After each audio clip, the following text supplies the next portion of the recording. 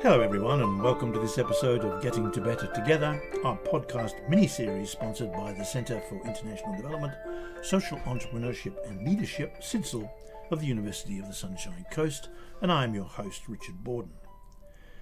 Before proceeding, I wish to acknowledge the traditional custodians of this land, the Gubbi Gubbi people, and pay my respects to the elders past, present and emerging. It's deeply regrettable that the word custodian here fails to capture the nature of the relationships that Indigenous peoples across the entire globe have with the world about them. The notion of custodianship, or even more poignantly ownership, does nothing to convey the deep symbolism and spiritual connectivity that Aboriginal and Torres Strait Islander peoples have with the natural world about them. For them, there is no distinction between people and nature. All is one, an integral systemic whole. Such an integrated unity is far removed from the view that has prevailed in what we refer to as Western civilization, where land represents a physical resource to be cultivated and manipulated and mined to meet our own needs and demands for food, water, minerals, recreation, and so on. Something separate from us, where we feel at liberty to use the worth of the outcomes of our extracting activities to justify the means by which we achieve those ends. But as we now know all too well, by concentrating on the production of goods, we've all too consistently ignored the bads of the accompanying, if unintended, consequences. So we now find ourselves on an unsustainable trajectory as the warming planet, ubiquitous pollution, and failing ecosystem integrity clearly indicate. It's not as if we haven't known about our impacts on the physical environment. This year, as it happens, marks the 160th anniversary of the publication of the book Man and Nature, Physical Geography as Modified by Human Action. It was written by an American forester, inventor, naturalist and diplomat, George Perkins Marsh, who is recognized as one of the first environmentalists in writing about the destructive impact of human activity on the environment at large. Fast forward a century and a bit to the publication of another seminal book in which the author, Aldo Leopold, also an American forester and naturalist, argues for the adoption of what he referred to as a land ethic. A thing is right, he wrote, when it tends to preserve the integrity, stability and beauty of the biotic community. It is wrong when it tends otherwise. Leopold argued forcefully that decisions about land use should appreciate the integral wholeness of nature-human relationships, while recognizing that the challenges of development needed to embrace ethical and ecological dimensions in addition to economic ones. Means do not justify ends from this perspective, if those means reflect nothing more than a concern for economic value, with little to no concern for ecological or moral considerations. Nature, he submitted, has its own intrinsic values which deserve deep appreciation. We need to shift our worldviews from exclusive human-centred concerns to adopt holistic, nature-centred concerns. It would take a further 40 years for a book to be published that attempted to capture that trinity of concerns, and for this concept to finally create such a noise that it was heard by policymakers, scholars, activists, and concerned citizens alike. It was in that 1987 book, which was a report to the Club of Rome and entitled Our Common Future, authored by the Brundtland Commission, that the first formal definition of sustainable development was formulated. Development that meets the needs of the present without compromising the ability of future generations to meet their own needs. While there was some appreciation here of an integrated economic, ecological and ethical perspective, this definition still clearly reflected a human-centred emphasis. The concern is essentially for the future of human beings from a resource perspective, and it can be argued that it is this human-centred or anthropocentric emphasis that continues to prevail at the core of the Sustainable Development Goals formulated by the United Nations and first promoted as recently as 2015 as the 2030 Agenda, which is now supported by many institutions and organisations across the world. With respect to the impact that is internationally recognised as being important with regard to actions that are being taken within the context of the Sustainable Development Goals, the University of the Sunshine Coast is among the leading universities in Australia and within the top 2% of universities across the globe. My guest today, Carmen Bass, is helping to lead sustainability initiatives at this university. Carmen is a psychology PhD student and a humanitarian affairs green ambassador. She comes to her doctoral research in environmental psychology following a truly outstanding undergraduate career, which was capped in 2021 by her receiving the Chancellor's Medal, the Student Leadership Award, and a University Medal for Academic Excellence. Welcome, Carmen. Thank you. That sounds like I'm quite astonishing. I don't know. What an honor to be here. Let me start with a question about the recently announced Worldwide Sustainability Impact Rankings, which placed the University of the Sunshine Coast first in Queensland and 29th overall among more than 1,200 universities across the world. How do we do that? Yeah, we are punching well above our weight, aren't we, in terms of our capacity, actually. It's in our outputs, it's in the decision-making processes at the university. It's part of its strategic goals. I think it's embedded at every level. Sustainability is part of every aspect of this university, which bodes well. Mm-hmm. But I think the way I see it is, as a newer university too, we're not constrained to institutional systems so much, so we can adapt and grow and be more innovative. Mm-hmm. And I think that bodes well for us. And I'm quite pleased to be part of a university that is going, okay, how can we do things differently? How can we actually collaborate and take apart some of these silos of research that's happening and even embed sustainability at every level, from our undergrad all the way to postgrad. Yeah. So it sort of runs as a consistent theme, does it, across all departments? Yeah, that's exactly right. I think it's that overarching, and if it's not an add-on, it's part of the full strategic planning of the university, that it has to be embedded at every level of the decisions that are being made. So I think because of that, it's just part of our way of thinking. Right. Yeah. Right. And how is that amplified? I mean, first of all, how does it start? And then how is it amplified? How do we assure that there are relationships literally across the whole university to make it a university or institutional endeavour? I think I can't really answer exactly how it starts, other than the fact that I think we have a whole bunch of before my time. But I can say that we have a whole host of really passionate people that are going above and beyond. We have academics across different disciplines and different schools that are championing and ensuring that it's going on, as well as the executive level, obviously, that has to be there. But I think it's in our academics that clearly are values driven in their research, and they're in that teaching space as well, and they're putting it in, practice into place. And what's really beautiful is, as soon as we came, my colleague and I, we started looking at the sustainability initiatives, and we put a call out to different academics, and we had about 40 of them respond going, can we be part of your working group? And all of them doing it voluntarily because they're passionate about what they're doing. Okay. And I think that shows in our outputs, right? Right. Yeah. So you have a continuing working group, which is... Yeah, we try and meet at least once a month. To be honest, we missed the last month. We've been a bit busy, but and just yesterday we launched our first pilot workshop of our initiative, which is excellent. So we'll be seeing how that goes on Friday, and then we actually have a working some undergraduate students from business and creative industries that will be creating a marketing model for us. So it's even in their curriculum now to help us in our initiative, which is excellent. Yeah. The focus of Brundtland was on development as a sort of a sustainable feature of the way we deal with the world about us. But sustainability seems to me something more deep than that.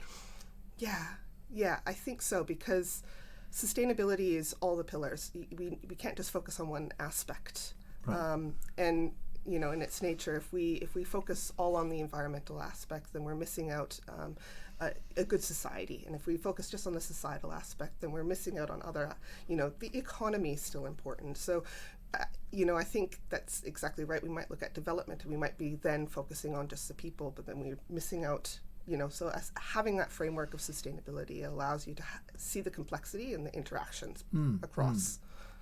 Yeah. So development gives it a sort of practical application, context, rather than just being that I actually find sustainability a very difficult concept the more I think about it, to the extent that many years ago I coined the word sustainabilism, arguing that it was really a philosophy. It was about how we saw the world, as I said in my lead-up, that for Indigenous peoples across the world, of course it's sustainable. You go on for 65,000 years, pretty sustainable. Mm-hmm. And I think I completely agree with you. I think that it's a philosophical idea, and it's far more complex than we realize. We can, and I think it comes down to, we want to simplify everything, don't we, as humans? We want to break everything down to, okay, well then let's have this pillar for economy, let's have this pillar for the societal aspect, let's have this pillar, and then they're going to work together. And then even in the goals that we have from the UN, we have these 17 goals, but what we forget is that they're all interlinked across one another. That's right. And really, it's actually a web. Yeah. How justifiable do you think is the criticism that it's still anthropogenic? It's still centered around what it is, or anthropocentric. It's still really fundamentally based on human beings and their concern for their own future. Yeah, I think we do have a problem there. I think as humans, what's in it for us is a dominating feature of our decision making, and it will be. I don't know if we're going to automatically change that. We can criticize it all we want. That's probably not the best viewpoint to have, but I don't think it's going to be shifting anytime soon. Because if we're looking at human behavior, we do need to have those. If we're looking at the motivational properties for change and behavior change, and for changes to happen in our society, then we do actually need to look at the human aspect of that. And it would be really lovely if we're all going to be going off of our moral conscience, but that's not the reality of our society, unfortunately. No. So, yeah. What does environmental psychology entail? Ooh, it's a very, very diverse field, to be honest. It goes from everything from a clinical perspective of, say, looking at eco-anxiety to understanding the impacts that, and the traumatic experiences of dealing with climate change, and that's only going to be increasing. That's one avenue if you wanted to focus on the mental health aspect.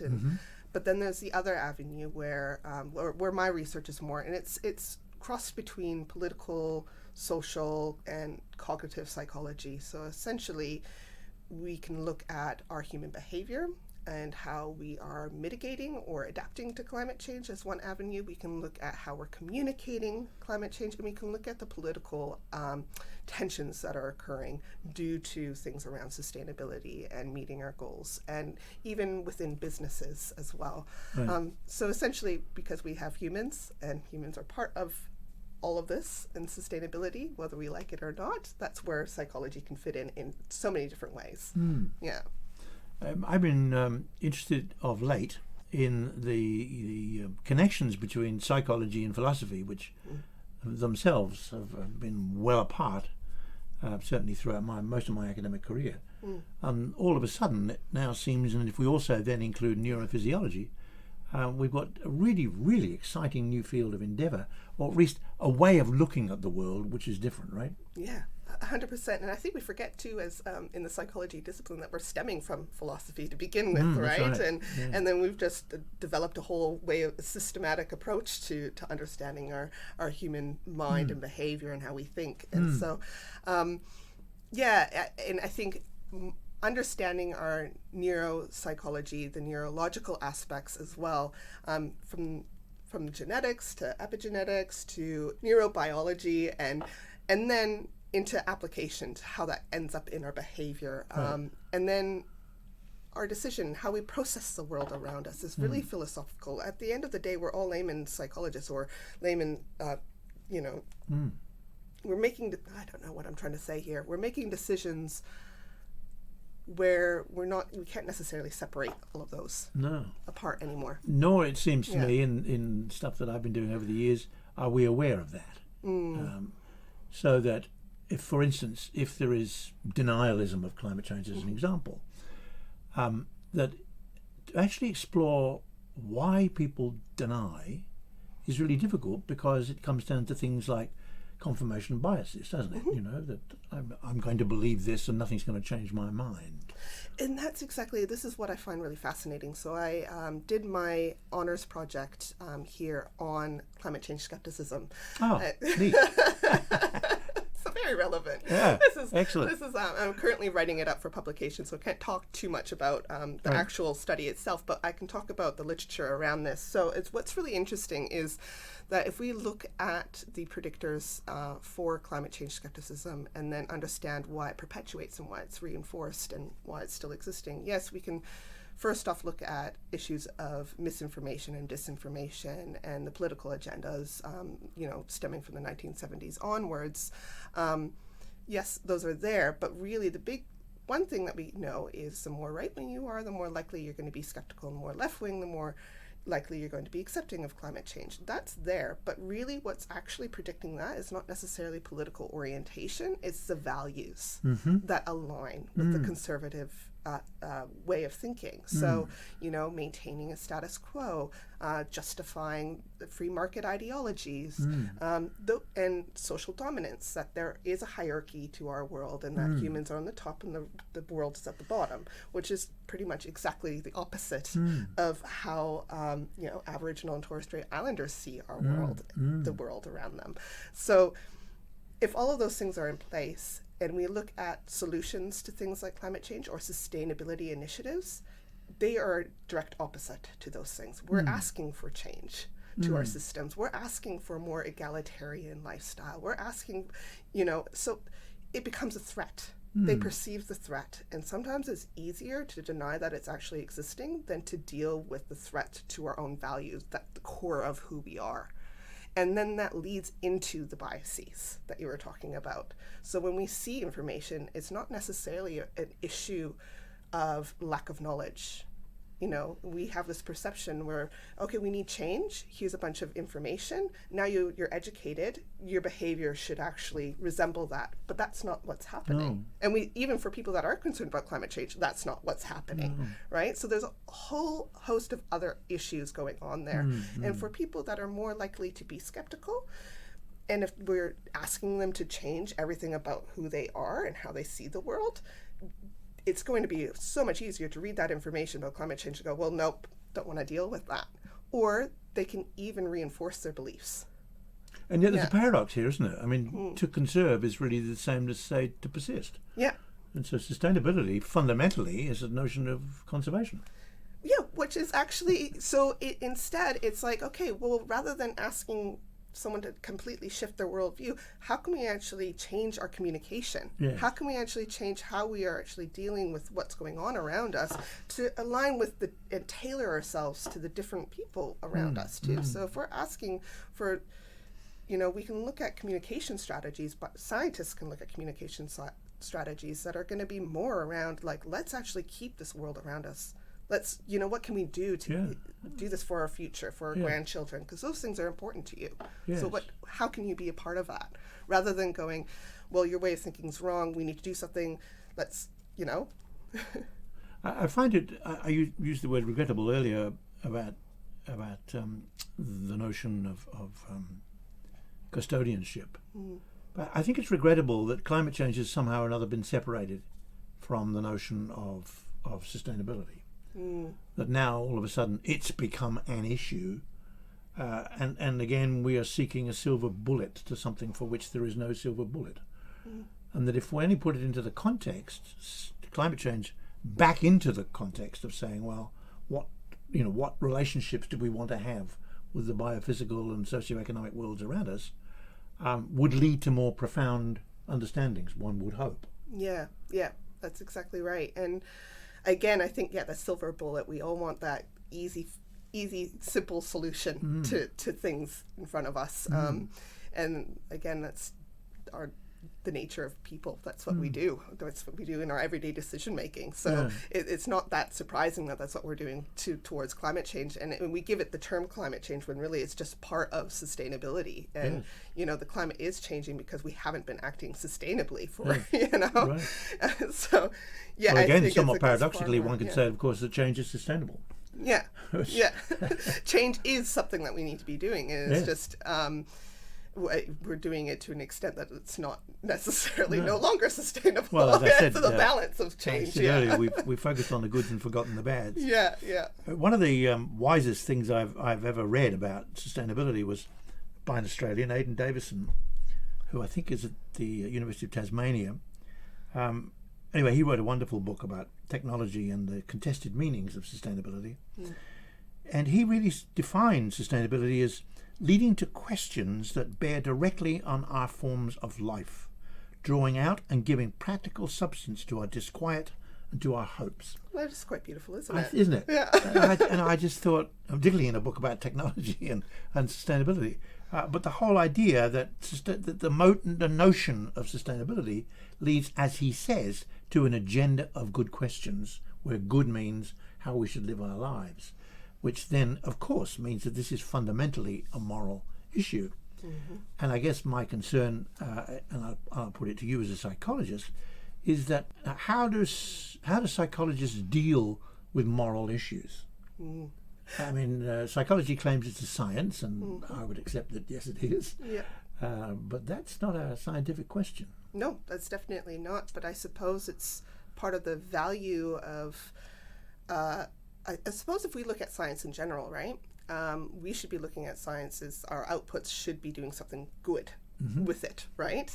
We don't do science for the sake of science. We do science that's going to be applicable to actually doing something good for our world. Yep. And I think that psychology has that same ethos. I think that at the base root, we're not going to, we can look at some really horrific, unethical, morally questionable research that existed way back, and for instance, Zimbardo's research, the idea was we were just looking at the roles and conformity and different aspects of how we understand, obedience, for example, and then it turned into this really, really morally questionable study that ended up with people really having injustice. So, and we've moved on from that. And I think now, today, when we look at the research outputs of psychology researchers, it's value-based, it's value-driven. And I think that's what's happening here at this university, at least. It's still value-driven. Like we're doing the research because we know it's going to have something good to offer. It's going to make people better. It's going to do something good for our society. And same with clinicians,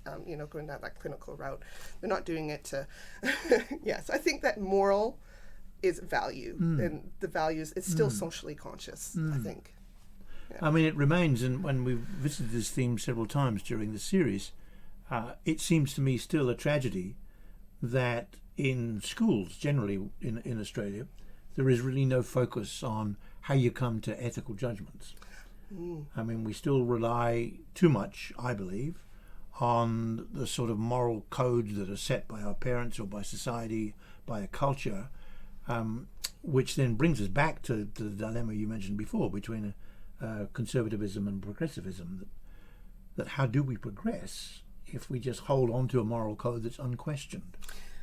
Really good. That's really interesting because if we look at moral development in people and how we develop our moral decision making, there's a whole host of different models we could probably look at there. But Kohlberg's is the one that kind of brings to mind. Is he talks about these different phases in which, as in our younger years, we might make decisions because that's what mom said, or that's what mom and dad say, yes, no, and then we go on to, that's what the police say, and then we kind of go, okay, actually, is it good for the common good?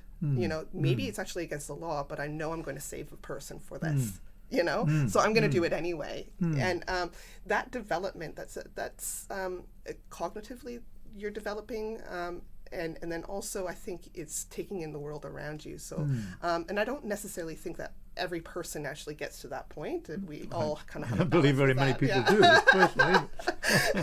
But it's like the ethical dilemma of the trolley experiment, where you're going, okay, you turn here and you kill your best friend, or you turn here and you kill 5 strangers. What do you do? What's the decision making process? And it's the moral judgment, the ethical and moral dilemma that we're faced with. But I agree full-heartedly, and I actually wonder. This actually goes on. I'm curious because if we look at our society and how we've progressed, we used to have the assumption is just trust the authority, they know everything, and then we don't question.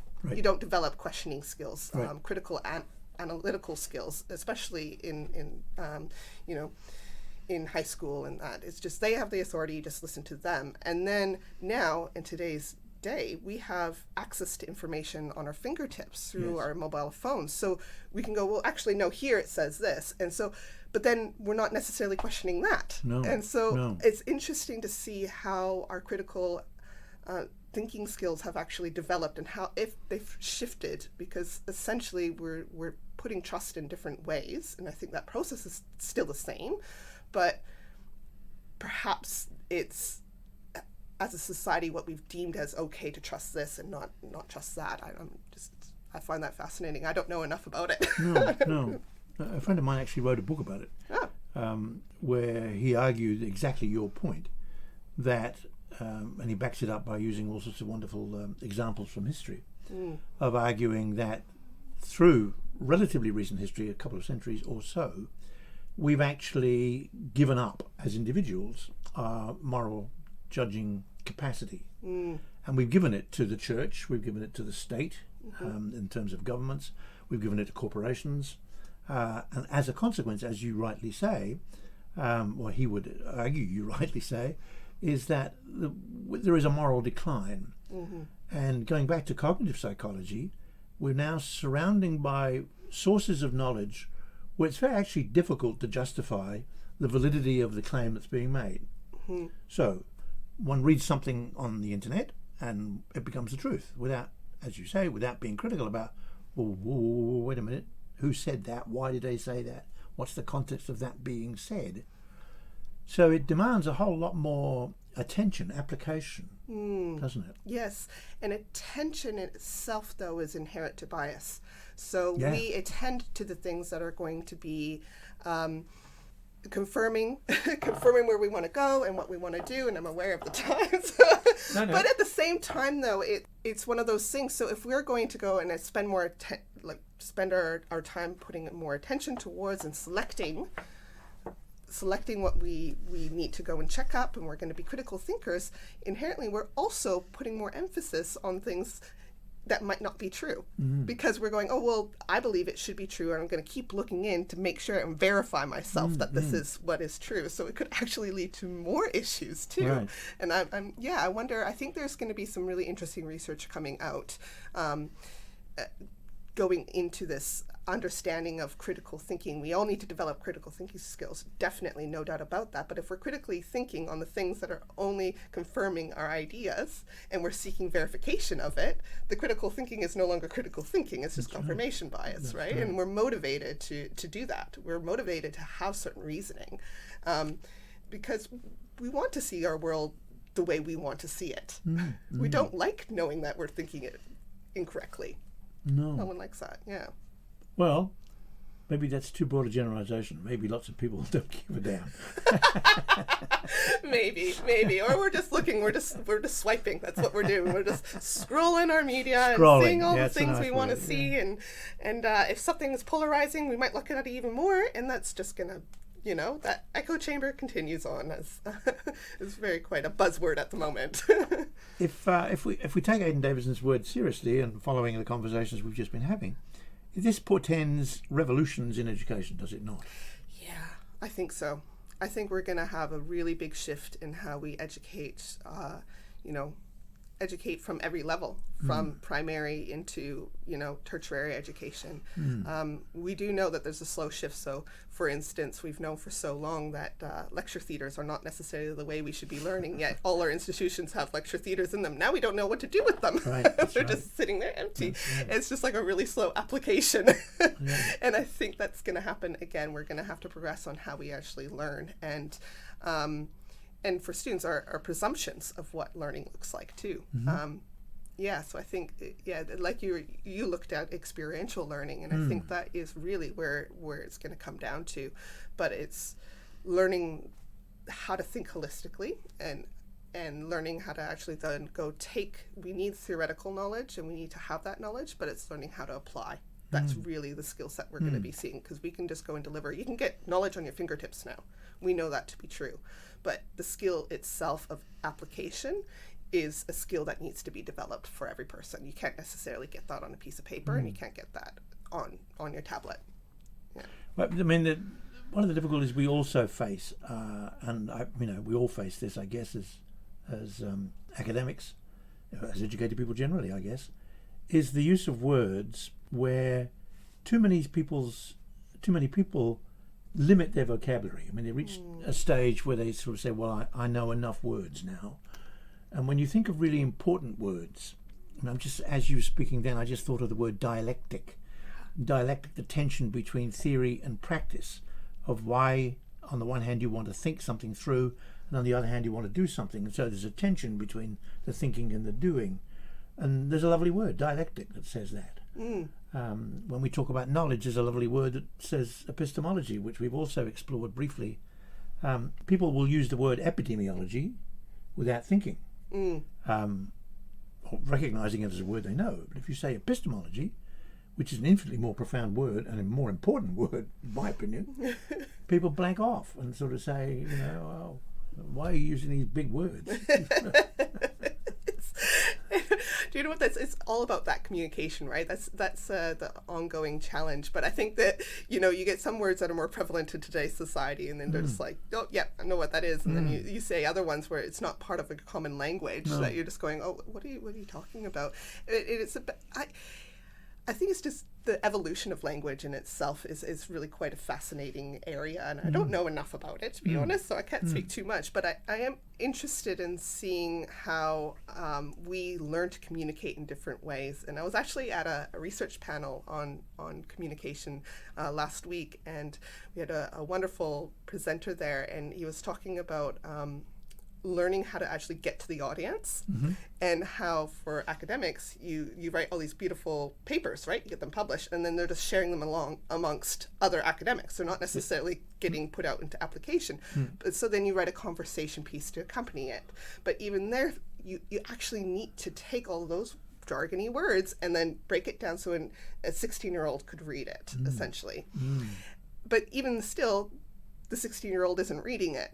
So you go and make a TikTok video. It's just going from an academic paper all the way through back to TikTok. That's how the audience is taking it. And I can't say that's going to be right or wrong. I don't know if that's answering your question in any way, but I think I find that really fascinating. I'm curious to see the evolution of written word and communications moving forward, because yes, you're right. We dumbing down our language essentially so that it's palatable. Yeah. Well, one of my favourite sayings comes from Oliver Wendell Holmes in the American 19th century, referring to complexity and simplicity. Yeah. And to paraphrase him, he said, really, we want to get to simplicity on the other side of complexity. We need to work through complexity. And it seems to me that everything these days, in terms of digital communication in particular, is just reducing everything to ones and noughts very quickly, without bothering to go through the complexity and understanding it all. So we do look for the silver bullet. We do look, in terms of sustainability, to parts per million of carbon dioxide or carbon in the air, or the atmosphere. We look at changes in the global temperature at 1.5 degrees Celsius. That doesn't mean a thing, does it?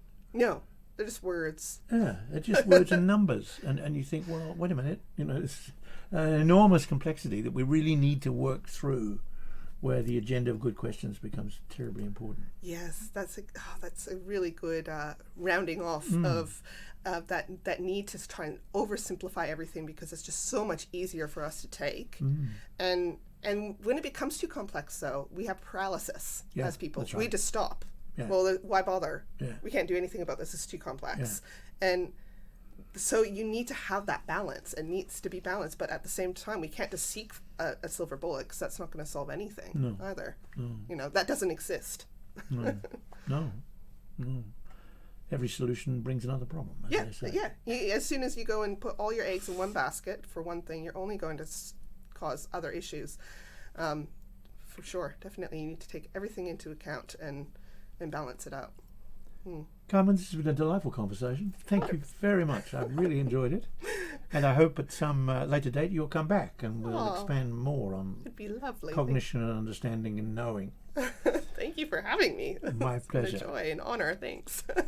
And thank you all for listening, and I look forward to the next time when we meet to discuss matters related to getting to better together. Until then,